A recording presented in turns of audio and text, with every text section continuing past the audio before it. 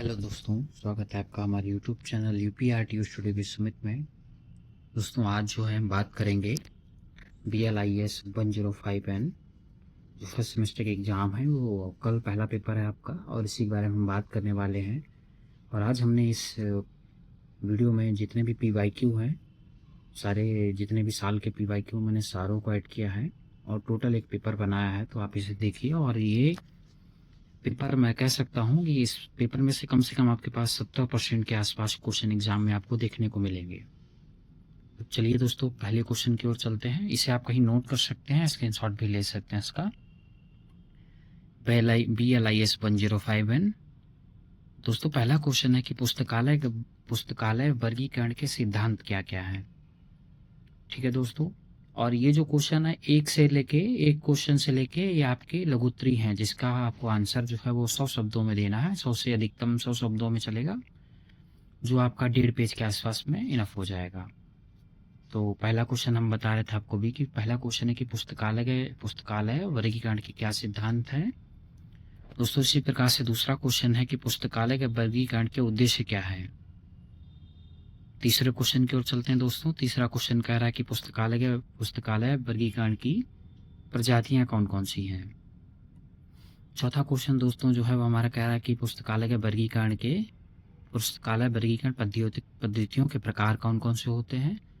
पांचवा क्वेश्चन दोस्तों है कि पुस्तकालय वर्गीकरण क्या है। ठीक उसी प्रकार से दोस्तों छठवां क्वेश्चन जो हमारा वो है अंकन के प्रकार। सातवां क्वेश्चन है CCF और आठवां क्वेश्चन है संघ सूची क्या है। ठीक है दोस्तों, चलते हैं नवे क्वेश्चन की ओर। हमारा नवा क्वेश्चन कह रहा है केंद्रीय सूचना क्या है, केंद्रीकृत सूचना क्या होती है। 10वां क्वेश्चन हमारा है सहकारी सूची क्या है। 11वां क्वेश्चन है shares list of subject headings क्या है। 12वां क्वेश्चन है दोस्तों हमारा 5 मूलभूत श्रेणियां।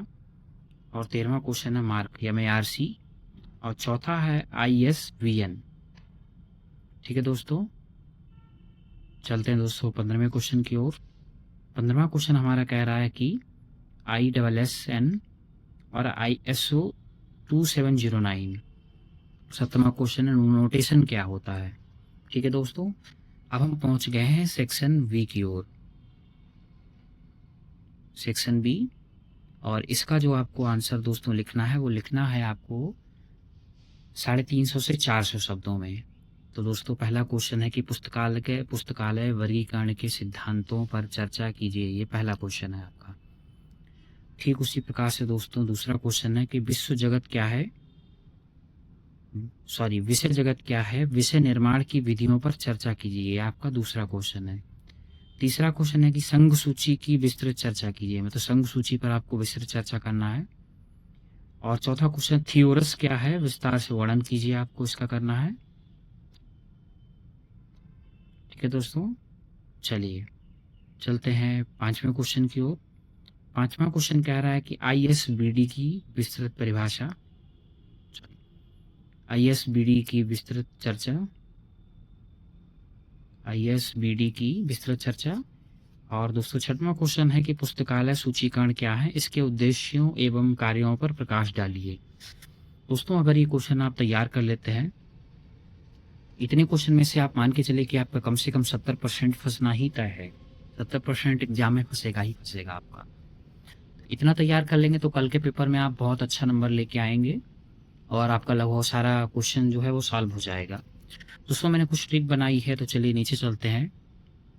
इस ट्रिक को भी आप चाहें तो इसे नोट कर सकते हैं और हमारे चैनल को सब्सक्राइब और इस वीडियो को लाइक करना ना भूलें। हमारे चैनल का नाम है UPRTU स्टूडियो विद सुमित।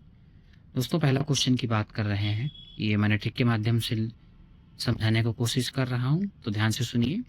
पहला क्वेश्चन था हमारा दोस्तों की पुस्तकालय वर्गीकरण के सिद्धांत क्या क्या है।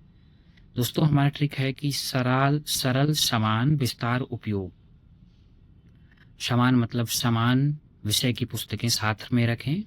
सरल से इसका आशय है कि वर्गीकरण आसान हो, और विस्तार से है कि नए विषय जोड़ सकें, और उपयोग दोस्तों है कि पाठकों के काम आए।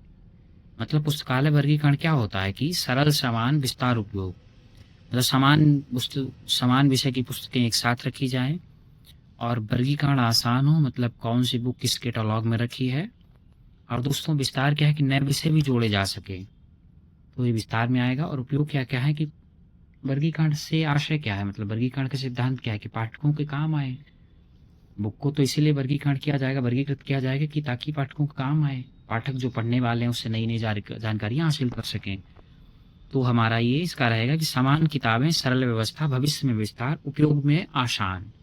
ये हमारे पहले क्वेश्चन का ट्रिक है। आप इसी क्वेश्चन को घुमा फिरा के लिख देंगे तो आपका ये 4 नंबर पक्का हो जाएगा दोस्तों। दूसरे क्वेश्चन की ओर चलते हैं। आप चाहे इसका स्क्रीनशॉट भी ले सकते हैं कि पुस्तकालय वर्गीकरण के उद्देश्य क्या क्या होते हैं। तो ट्रिक दोस्तों हम बनाई है कि ढूंढो, रखो और बचाओ। ढूंढो, रखो और बचाओ मतलब पुस्तकें ढूंढने में आसानी हो। वर्गीकरण के उद्देश्य क्या है कि पुस्तकें ढूंढने में आसानी हो और हम उनको व्यवस्थित रखें, और समय और मेहनत बचानी है हमें। मतलब जो पुस्तकें आपको पता है कि जो हमारी केमिस्ट्री की बुक है, अगर वो कैटलॉग A1 में रखी है तो इससे क्या रहेगा आपका कि एक आपको अगर व्यवस्थित रखे रहेंगे तो आपको ढूंढने में आसानी होगी। जो आपके पाठक रहेंगे दोस्तों उनको ढूंढने में आसानी रहेगी। और इससे क्या होगा कि जब किसी को पता रहे केमिस्ट्री की बुक जो A1 में रखी है और बायोलॉजी की बुक A2 में रखी है, तो इससे क्या होगा कि आपकी समय और मेहनत दोनों को बचत होगी। तो इसमें जो भी लाइब्रेरी का अध्यक्ष होगा उसकी भी समय की बचत होगी, साथ में जो हमारे पाठक रहेंगे तो उनके भी समय की बचत होगी दोस्तों। चलिए दोस्तों इसे नोट कर लीजिए। तीसरे क्वेश्चन की ओर चलते हैं दोस्तों कि वर्गीकरण की प्रमुख पद्धतियाँ क्या-क्या होती हैं। तो है ड्यूई का यूनिवर्सल कांग्रेस कॉलन। हमने ट्रिक बनाई है कि ड्यूई का यूनिवर्सल कांग्रेस कॉलन मतलब DDC, UDC, LCC और CC। DDC मतलब डेब्यू डेसिमल क्लासिफिकेशन, और UDC universal decimal classification, LCC library of Congress classification, और CC है कॉलन क्लासिफिकेशन। ठीक है दोस्तों, ये 3 पद्धतियां हैं आपकी, DDC, UDC और LCC और CC। तो जो आपका ये है DDC है और उसी का अपडेटेड वर्जन दोस्तों है वो UDC है। तो प्रमुख 3 वही हैं कि DDC और LCC और CC। चलिए दोस्तों चौथे क्वेश्चन की ओर चलते हैं। चौथा क्वेश्चन कह रहा है कि ISBN और ISSN। तो दोस्तों इस ट्रिक के माध्यम से समझेंगे। V बराबर बुक और IBSN, और S बराबर सीरियल ISSN। मतलब जो ISBN होता है दोस्तों वो बुक के लिए रखा जाता है, और जो आपका ISSN जो होता है वो सीरियल से मैच करने के लिए वो आपका ISSN होता है सीरियल से। अब दोस्तों है MARC मार्क जो हमारा है, तो इसकी ट्रिक है कि मशीन पढ़े कैटलॉग। मतलब MARC मशीन रीडेबल कैटलॉगिंग। तो कंप्यूटर जो कैटलॉग को पढ़ सके,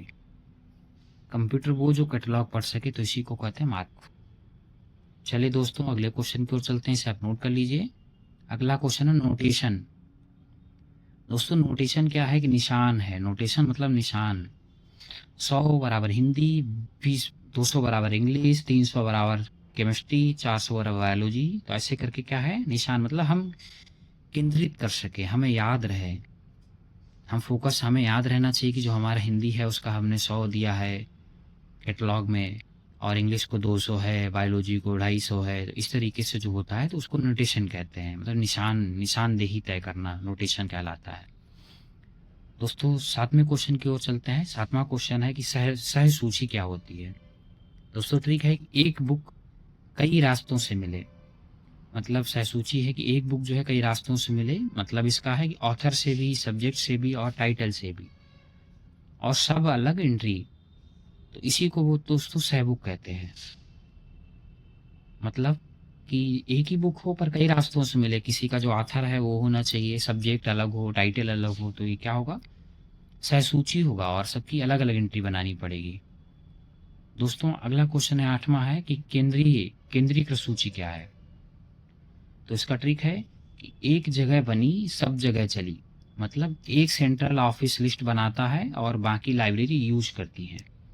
मतलब आपका एक जैसे केंद्र की सरकार चलती है तो जो केंद्र के रूल होते हैं वही राज्य सरकार अब उन्हें वो रूल लागू करना पड़ता है। कुछ रूल जो होते हैं वो राज्य सरकारों को लागू करना पड़ता है। ठीक उसी प्रकार भी दोस्तों जैसे कि एक जगह बनाई जाती है और हर जगह चलती है वो चीज़। मतलब एक सेंट्रल लाइब्रेरी जो लिस्ट बना देती है, वो सारी लाइब्रेरी को उसे यूज़ करना पड़ता है। तो आपका ये है केंद्रीकृत सूची। दोस्तों अगला क्वेश्चन है कि ISO 2709। ठीक है दोस्तों, कंप्यूटर वाली लाइब्रेरी भाषा मतलब लाइब्रेरी डाटा एक्सचेंज स्टैंडर्ड, तो इसी को ISO कहते हैं। जो कंप्यूटर वाली लाइब्रेरी भाषा रहे तो वही ISO 2709 में दोस्तों रखी जाती है। तो दोस्तों ये थे हमारे ट्रिक के कुछ क्वेश्चन। आशा करता हूँ आपको पसंद आए होंगे, आपके लिए बहुत हेल्पफुल होंगे एग्जाम में। और अगर आपको ये अच्छा लगे हो, आपको पढ़ने में समझ में आया है, तो आप कमेंट कीजिए। इसका पार्ट 2 भी, जो भी क्वेश्चन बचे उनका हम पार्ट 2 बना देंगे। लेकिन आपको वो तभी बनाएंगे जो आप कमेंट करेंगे, अगर आपको समझ में आ रही चीज़ें, क्योंकि कल ही एग्ज़ाम है, बहुत ज़्यादा समय भी नहीं है आपके पास में। चलिए, कल के एग्ज़ाम के लिए बेस्ट ऑफ लक दोस्तों। मिलते हैं किसी नई वीडियो में, तब तक के लिए बाय बाय।